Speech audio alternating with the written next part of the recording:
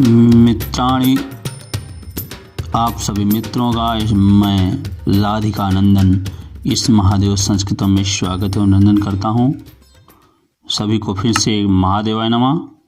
हम लोग संपूर्ण संस्कृत व्याकरण की श्रृंखला पर बात कर रहे हैं। इसी क्रम में आज समास प्रकरण का ये दूसरा वीडियो है, जिसमें हम लोग अव्यय भाव समास पढ़ेंगे। अव्यय भाव समास किसे कहते हैं, अव्यय भाव समास क्या होता है, इस पर हम अध्ययन पढ़ेंगे। सुबह के 7:30 बज चुके हैं। प्रतिदिन की तरह आज भी हम लोग लाइव वीडियो देखेंगे। चलिए चलते हैं। स्लाइड में आपको अव्यय भाव समास दिख रहा होगा। अव्यय भाव समास ये है आपका पहला समास हमारा है। समास में पहला भेद है अव्यय भाव समास, पहला समास है। इसका सूत्र है कि पूर्व पदार्थ प्रधानो अव्ययी भावा अथवा पूर्व पदार्थ प्रधानो व्ययी भावा। इसको ऐसे पढ़ेंगे, पूर्व पदार्थ प्रधानो व्ययी भावा, अर्थात जिस समास में पूर्व पद का अर्थ प्रधान या मुख्य हो उसे अव्यय भाव समास कहते हैं। देखिए, अव्यय भाव समास की परिभाषा है पूर्व पदार्थ प्रधानो व्ययी भावा, अर्थात जिस समास में, जिस समस्त पद में या समास में पूर्व पद का अर्थ प्रधान या मुख्य होता है उसे अव्यय भाव समास कहते हैं। इस समास में पूर्व पद प्राय अव्यय होता है। प्राय क्या होता है? अव्यय होता है। ध्यान रहे, समास में सामान्यतया 2 पद होते हैं। इसमें से पहले आने वाले पद पूर्व पद और दूसरे बाद आने वाला पद उत्तर पद होता है। उत्तर पद का एक अर्थ बाद में या बाद वाला भी है। समझ लें कि हर समास में 2 पद होते हैं। जो पहले आता है उसे पूर्व पद कहते हैं और जो बाद में आता है उसे उत्तर पद कहते हैं। तो जो बाद में आता है उसे बाद वाला पद भी कह सकते हैं।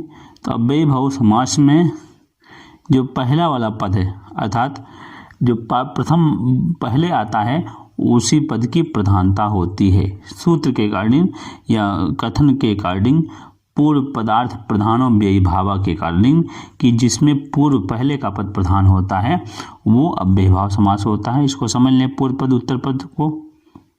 देखिए, जैसे एक समास है, यहाँ देखें, समझें। जैसे देखिए, ये समास है, इसमें पूर्व पद एक तरफ होगा, एक उत्तर पद जो बाद में आए। जैसे समास नदम है तो यहाँ उप पूर्व पद होगा और नदम क्या होगा? उत्तर पद। अब विशेष ध्यान रखें कि अव्यय भाव समास होने पर समासिक पद अव्यय बन जाता है तथा नपुंसकलिंग एक वचन में प्रयोग किया जाता है। कहने का प्राय है, अव्यय भाव समास में पूर्व पद अव्यय होता है और समास होने पर संपूर्ण पद अव्यय हो जाता है और नपुंसकलिंग एक वचन में प्रयोग किया जाता है। इसी चीज़ को फिर से पढ़ें कि अव्यय भाव समास होने पर समासिक पद अव्यय बन जाता है, अर्थात पहला जो पूर्व पद अव्यय है उसी के अकॉर्डिंग पूरा समासिक पद अव्यय हो जाएगा तथा नपुंसकलिंग एक वचन में प्रयोग किया जाता है, अर्थात इसका प्रयोग नपुंसकलिंग एक वचन में होता है। इसी चीज को उन्होंने कहा है कि न अनव्ययम अव्यया संपद्यते इति अव्यय भावा। बोले अनव्ययम अर्थात जो अव्यय न हो, अव्यय संपद्यते अर्थात अव्यय हो जाए, यही अव्यय भाव है। कहने का प्राय है, जो समास होने के पूर्व पद, समास होने के पहले जो अव्यय न हो और अव्यय भाव समास होने पर वह समस्त पद अव्यय बन जाए, यही अव्यय भाव समास है। अर्थात जो शब्द समास होने के पूर्व तो अव्यय नहीं हो न हो किंतु समास होने पर अव्यय हो जाता है, वही अव्यय भाव समास होता है। इसको और अच्छे समझ लें। कहने का प्राय है कि शब्द समास होने के पूर्व तो अव्यय नहीं रहता किंतु समास होने पर अव्यय हो जाता। जैसे यहाँ देख लें, जैसे शक्तिम अनतिक्रम, यहाँ देखिए शक्तिम पद अव्यय नहीं था, लेकिन जब इसका समास हुआ तो यथाशक्ति बना। तो यथाशक्ति पूर्ण क्या हो गया? अव्यय। समास होने के बाद अव्यय हो गया। यहाँ पर देखिए, यहाँ शक्ति शब्द अव्यय नहीं है, किंतु यथा इस अव्यय के साथ समास होने के कारण यथाशक्ति या पूरा पद अव्यय हो गया और नपुंसक लिंग एक वचन में प्रयुक्त हुआ और बना यथाशक्ति। कहने का अभिप्राय है कि अव्ययी भाव समास में समास पूर्व यदि अव्यय नहीं होता तो भी समस्त पद होने के बाद वह संपूर्ण पद अव्यय हो जाता है और सदैव नपुंसकलिंग एक वचन में लिखा जाता है। इसी चीज को और अच्छे से समझेंगे हम लोग। यहाँ देख लें आगे, अव्ययी भाव समास करने वाला सूत्र देख लें।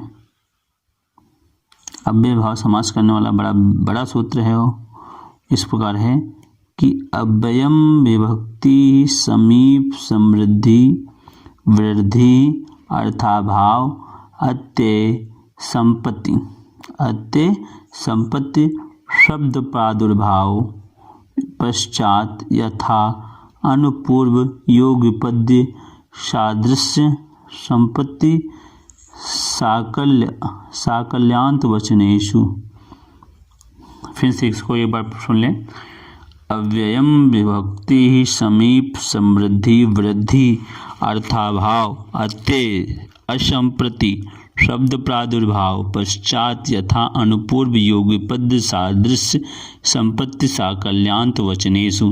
अर्थात अव्ययी भाव समास विभक्ति समीप समृद्धि वृद्धि अर्थाभाव अत्यय असंप्रति शब्द प्रादुर्भाव पश्चात यथा अनुपूर्व योगपद सादृश्य संपत्ति साकल्य और अंत वचनेषु के अर्थ में होता है।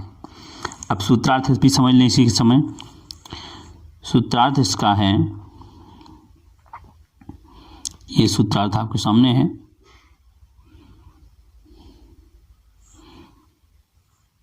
देखिए, विभक्ति समीप समृद्धि वृद्धि अर्थाभाव अर्थात अत्यय नष्ट होने के अर्थ में असंप्रति अवयुक्त न होना शब्द प्रादुर्भाव अनुपूर्व योगपद्य सादृश्य संपत्ति साकल्य अंत अर्थ में विद्यमान अव्यय का अन्य अर्थ में विद्यमान अव्यय का समर्थ सुबंत के साथ नित्य अव्ययी भाव समास हो या नित्य समास होता है। कहने का अभिप्राय है कि विभक्ति के अर्थ में समीप के अर्थ में समृद्धि के अर्थ में वृद्धि अर्थात वृद्धि का अभाव के अर्थ में अर्थाभाव अत्यय नष्ट होने के अर्थ में असंप्रति अभियुक्त न होना शब्द प्रादुर्भाव शब्द और सादृश्य के अर्थ में अनुपूर्व क्रमशः के अर्थ में योगपद एक साथ होने के अर्थ में सादृश्य समान संपत्ति साकल्य संपूर्णता और अंत समाप्ति अर्थ में विद्यमान अव्यय का समर्थ सुबंत के साथ नित्य से अव्ययी भाव समास हो।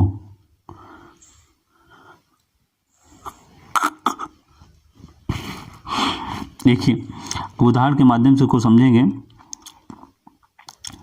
पहला ये बोला कि विभक्ति के अर्थ में अव्ययी भाव समास होता है, तो देख लीजिए पहला अर्थ के हिसाब से हम लोग चलेंगे।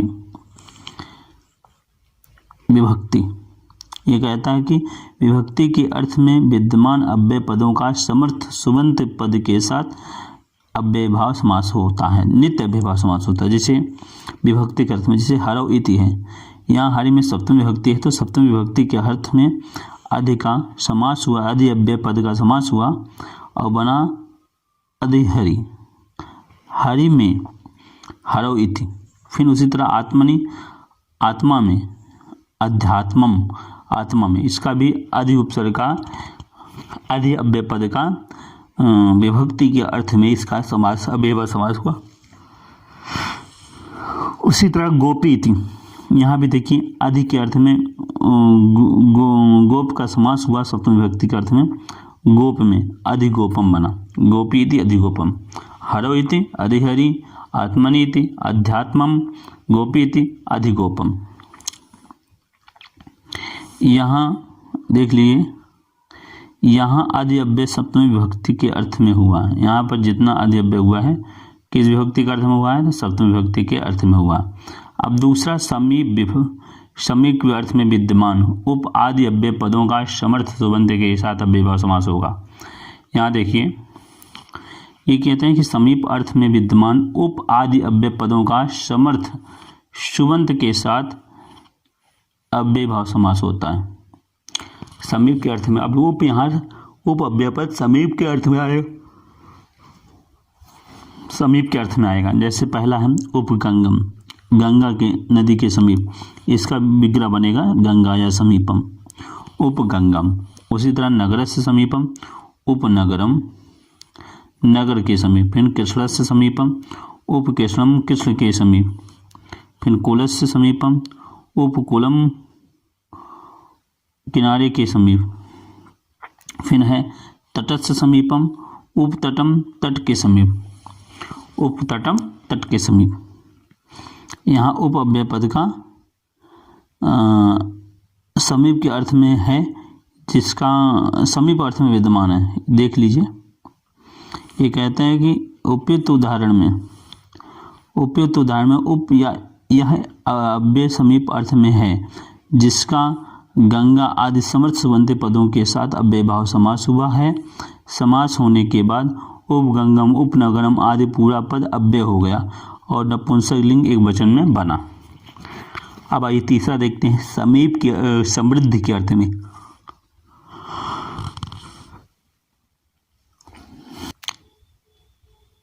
समृद्धि के अर्थ में, समृद्धि के अर्थ में अव्ययभाव समास होता है। जैसे सुसमृद्धि के अर्थ में अव्ययभाव समास होता है। जैसे सुमद्रम, अर्थात मध्य देशवासियों की समृद्धि। अब इसका बनेगा मद्राणाम समृद्धि ही। फिर भिक्षाणाम समृद्धि, अर्थात सुभिक्षम, भिक्षाटन की समृद्धि। फिर आया वृद्धि, वृद्धि के अर्थ में, वृद्धि का अर्थ होता है दुर्गति या वृद्धि का अभाव, दुर्गति या वृद्धि का अभाव, उसमें समास होता है। दुर्गति या वृद्धि का अभाव के अर्थ में विद्यमान अव्यय पदों का समर्थ सुबंत के साथ अव्ययभाव समास होता है। यहाँ पे दुर अव्यय पद वृद्धि के अर्थ में समास होगा। जैसे यौना नाम वृद्धि, दुर्यौवनम, दुर्यौवनम, यौनों की दुर्गति, यौना नाम वृद्धि, दुर्यौवनम, यौनों की दुर्गति। तो यहाँ वृद्धि अर्थ में। अब आगे और उदाहरण देख लें। फिर है भिक्षाणाम वृद्धि हो गया, दुर्भिक्षम, दुर्भिक्षम, भिक्षा का ना मिलना। शका नाम वृद्धि, दुःशकम, शकों की दुर्गति। राक्षसाणाम वृद्धि, दुराक्षसम, राक्षसों की अवनति। फिर है अर्थाभाव के अर्थ में, के अर्थ में विद्यमान अव्यय पदों का समर्थ सुबंत के साथ अव्ययभाव समास होता है। जैसे ये कहते हैं अर्थाभाव, अर्थात यहाँ पर निरव्यय अर्थाभाव के अर्थ में, अर्थात अर्थाभाव के अर्थ में, अभाव के अर्थ में अव्ययभाव समास होता है। जैसे मच्छकाणाम अभावा निर्मच्छकम, यहाँ निरव्यय पद का अभाव के अर्थ में भी समास हुआ, मच्छकाणाम अभावा निर्मच्छकम। फिर है प्राणानाम अभावा निष्प्राणम, प्राणों का भाव, प्राणानाम अभावा निष्प्राणम, प्राणों का भाव। फिर है विघ्नानाम, विघ्नानाम अभावा निर्विघ्नम, विघ्नों का भाव, विघ्नानाम अभावा निर्विघ्नम, विघ्नों का भाव। आइए आगे देख लें हम।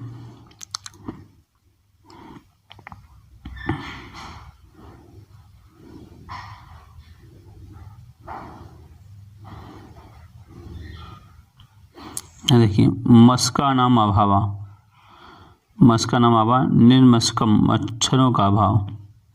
फिर जना नाम अभावा निर्जनम, मनुष्यों का अभाव।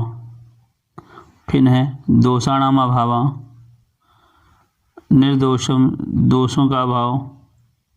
फिर है उपयुक्त उदाहरण में निर आदि अव्यय पदों का मक्षिका आदि समर्थ सुबंतों के साथ अव्ययभाव समास हुआ है। यहाँ निर अव्यय का अर्थ अभाव हुआ। फिर समझ लें, उपयुक्त उदाहरणों में निर आदि अव्यय पदों का मक्षिका आदि समर्थ सुबंतों के साथ अव्ययभाव समास हुआ है। यहाँ निर अव्यय का अर्थ है अर्थाभाव अर्थात अभाव का अर्थ है। फिर अगला है अत्यय अथवा ध्वंस या नाश के अर्थ में विद्यमान अव्यय पदों का समास अव्ययभाव समास होता है। देख लें फिर से अगला पॉइंट देख लें। ये कहते हैं कि अत्यय अर्थात ध्वंस या नाश के अर्थ में विद्यमान अव्यय पदों का समर्थ सुबंत के साथ अव्ययभाव समास होता है। जैसे नाश के अर्थ में जैसे अति हिमस्य अत्यया, हिमस्य अत्यया अति हिमम अर्थात हिम बर्फ का नाश, हिमस्य अत्यया अति हिमम हिम का नाश या बर्फ का नाश। फिर है रोगस्य अत्यया, रोगस्य अत्यया अर्थात अतिरोगम रोग का नाश। फिर है शीतस्य अत्यया अर्थात अतिशीतम शीतलता का नाश या सर्द अवस्था का नाश। अब यहाँ देखिए, यहाँ कहते हैं कि उपयुक्त उदाहरणों में अति इस अव्यय पद का अर्थ अत्यय नाश अतः अति इस अव्यय पद के साथ हिम आदि समर्थ सुबंतों का अव्ययभाव समास हुआ। इस तरह हिमस्यत्या अतिहिमम, रोगस्यत्या अतिरोगम, शीतस्यत्या अतिशीतम इत्यादि अव्ययभाव समास होगा। अब आपसे अतिहिमम देकर इसका विग्रह पूछ सकता है तो आप हिमस्यत्या लिखेंगे, और हिमस्यत्या देकर इसका समासिक पद पूछ सकता है तो अतिहिमम लिखेंगे। फिर ये हिमस्यत्या देकर आपसे पूछ लेगा इसमें किस सूत्र से अव्ययभाव समास हुआ है, तो अव्ययम विभक्ति समीप समृद्धि इस सूत्र से अव्ययभाव समास हुआ। आइए आगे देखते हैं। 7वां असंप्रति अनौचित्य के अर्थ में अव्ययभाव समास।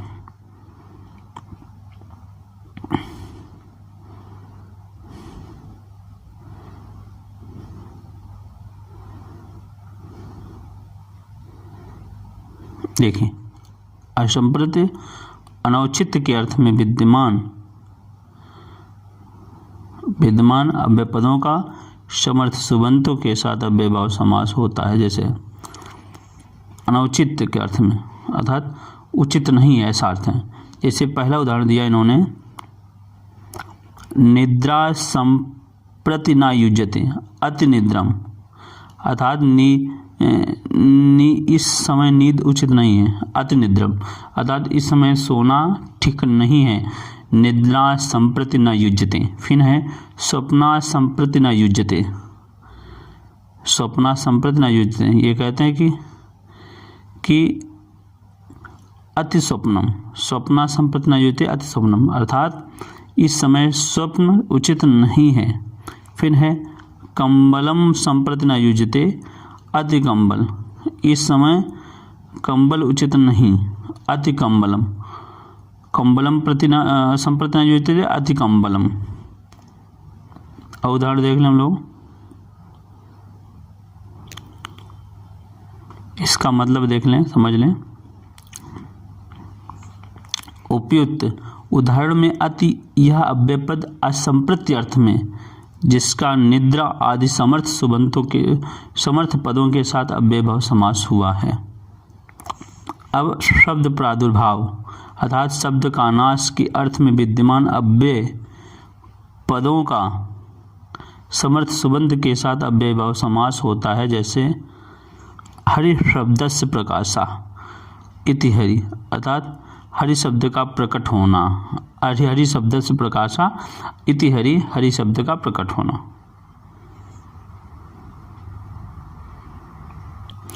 और उदाहरण देख लें।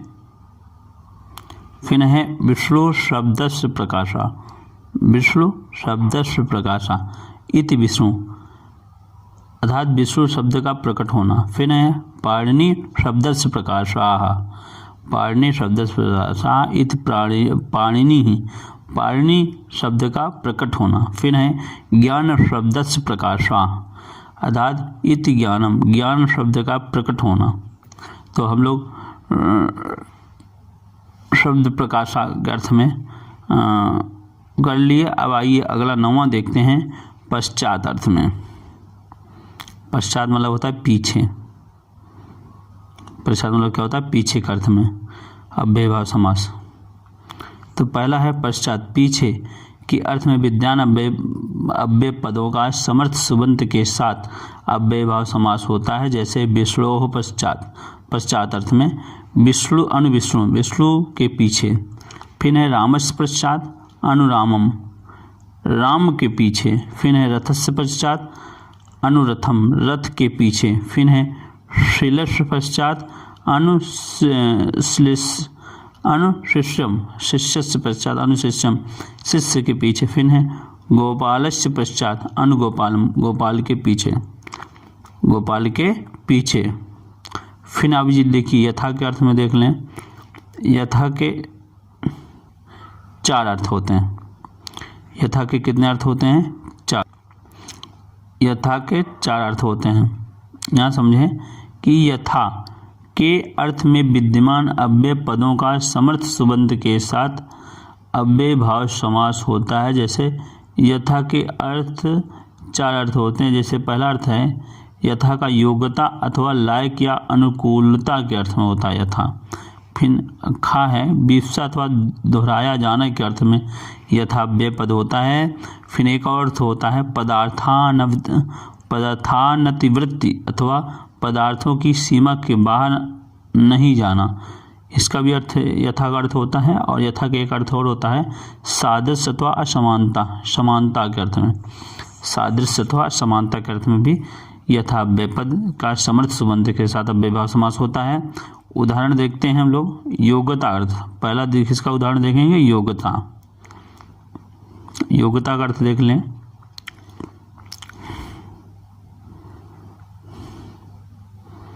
योग्यता का अर्थ देखिए, उदाहरण पहला है रूपस्य योग्यम अनुरूपम, रूप के योग्य। रूपस्य योग्यम अनुरूपम, रूप के योग्य। फिर गुणस्य योग्यम अनुगुणम, गुण के योग्य। फिर दूसरा अर्थ होता है विप्सा। यथा का विप्सा अर्थ होता है द्रुत अर्थात 2 बार होना, दोहराना। जैसे अच्छम, अच्छम प्रति, प्रत्यक्षम अर्थात प्रत्यक्ष। फिर एकम, एकम प्रति, प्रत्येकम प्रत्येक। फिर ग्रहम, ग्रहम प्रति, प्रतिग्रहम घर, घर। दिनम, दिनम प्रति, प्रतिदिनम प्रतिदिन। और उदाहरण देख लें हम लोग। फिर दिनम, दिनम प्रति, प्रतिदिनम है। फिर आइए देखिए आगे, अर्थम, अर्थम प्रति, प्रत्यर्थम अर्थात प्रत्येक अर्थ में। जन्म, जन्म प्रति, प्रतिजनम, प्रतिजनम प्रत्येक जन। छात्रम, छात्रम प्रति, प्रति छात्रम प्रत्येक छात्र। दिनम, दिनम प्रति, प्रतिदिनम प्रत्येक दिन, दिशम, दिशम प्रति, प्रतिदिशम प्रत्येक दिशा में। अगला यथा का अर्थ चौथा है। तीसरा है पदार्थानतिवृत्ति, पदार्थानतिवृत्ति। ये देख लें इसका अर्थ। पदार्थानतिवृत्ति जैसे शक्तिम अनतिक्रम में यथाशक्ति, शक्ति के अनुसार। फिर बलम अनतिक्रम में यथा बलम, बल के अनुसार।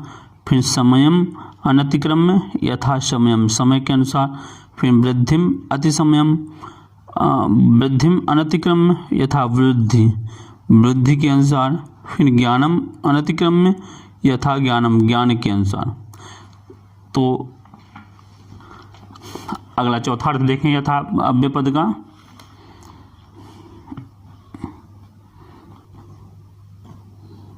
चौथा अर्थ देख लें अव्यय पद का, सादृश्य अर्थ। क्या है? सादृश्य। सादृश्य अर्थ देखें, हरे सादृश्यम, हरे सादृश्यम शहरी, हरि की समानता। फिर है रूपस्य सादृश्यम स्वरूपम, रूप की समानता। अब तो हम लोग यथा अव्यय पद का संपूर्ण अर्थ चौथा अर्थ हो गया, चौरा अर्थ हो गया। अब अगला 11वां अनुपूर्व क्रम के अर्थ में विद्यमान अव्यय पदों का समर्थ सुबंत के साथ अव्ययीभाव समास होता है। जैसे अनु का यहाँ अनुपूर्व अर्थ में समास होगा, जैसे ज्येष्ठस्य अनुपूर्वेण, अनुज्येष्ठम अर्थात ज्येष्ठ के क्रम में से। फिर वर्णस्य अनुपूर्वेण, अनुविवरणम वर्ण के क्रमानुसार, वर्ण के क्रम में। अगला देखें योग्य पद का उदाहरण देखें। योग्य पद का उदाहरण, साथ होने के अर्थ में विद्यमान अव्यय पदों का समर्थ सुबंत के साथ अव्ययीभाव समास होता है। जैसे यहाँ पे सह जो है योगपद साथ के अर्थ में समास समर्थ सुबंत है। जैसे चक्रेण युगपत, सचक्रम चक्र के साथ। फिर हर्षेण युगपत, सहर्षम हर्ष के साथ। फिर अगला है सादृश्य अर्थ, इसका भी देख लें अव्ययीभाव समास। सादृश्य के जैसे के अर्थ में विद्यमान अव्यय पदों का समास समर्थ सुबंत के साथ अव्ययीभाव समास होता है। जैसे सदसा सख्या, ससखी मित्र जैसा। सदसा वर्णेन सवर्णम वर्ण के समान। तो सादृश्य अर्थ का उदाहरण।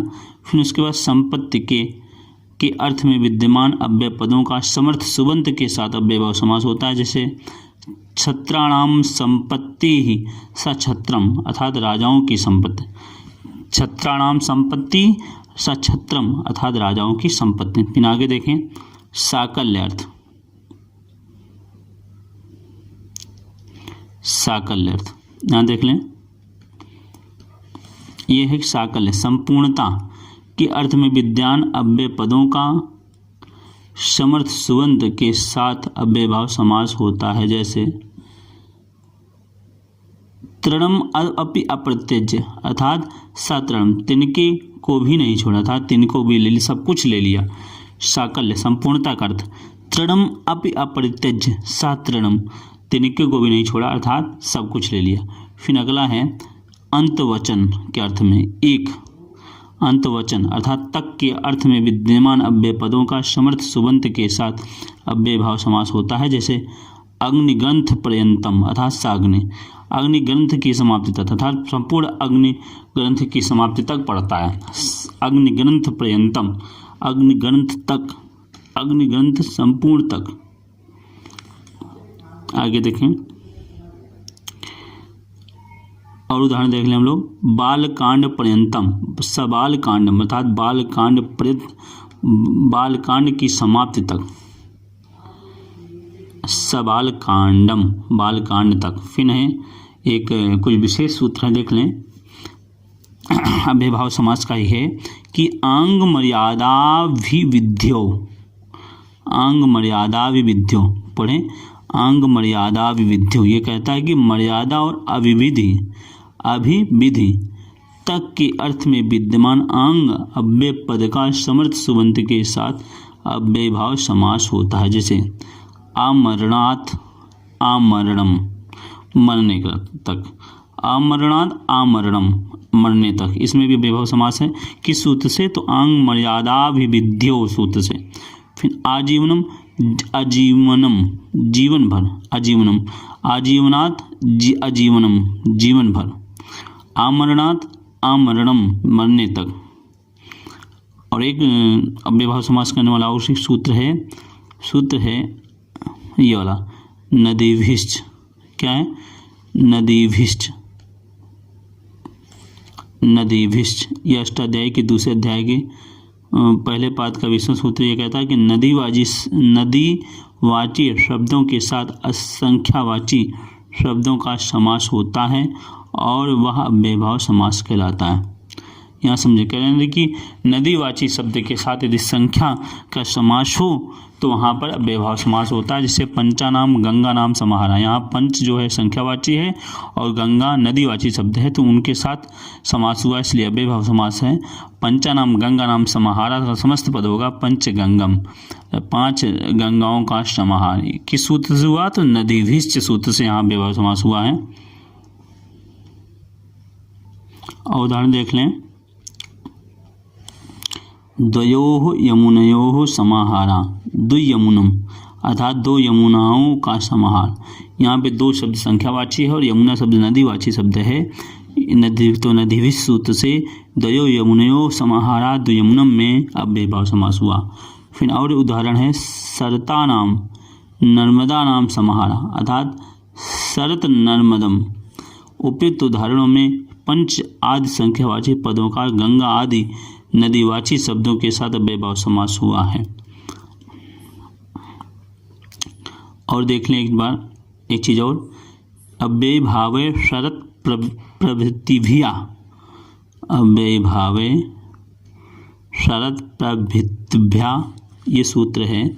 ये क्या कहता है कि अव्ययीभाव समास में शरद आदि शब्दों से समासांत टच प्रत्यय होता है। टच प्रत्यय में टा और चा का लोप हो जाता है और केवल आ शेष बचता है और जुड़ता है, जैसे शरदा समीपम उपशरदम, शरद के समीप, विपाशाम विपाशाम प्रति प्रतिविपासम, विपाशा नदी के सम्मुख, शरदा समीपम उपशरदम, शरद के समीप, विपाशाम विपाशाम प्रति प्रतिपिपासम, विपाशा नदी के सम्मुख। फिर ये और एक चीज देख लें, अनश्च, ये क्या है, अनश्च, अनश्च जिस अव्ययीभाव समास के अंत में अन होता है वह अनंत अनंत अव्ययीभाव समास है। इसमें समासांत टच प्रत्यय होता है, जैसे राज्ञः समीपम उपराज्ञम। ये अनश्च सूत्र से यहाँ पे समासांत टच प्रत्यय लगा है, राज्ञः समीपम उपराजम, उपराजम, राज्ञः समीपम उपराजम। फिर अगला सूत्र है, यही समझ लें अगला सूत्र, नपुंसक का दन्यतरस्याम।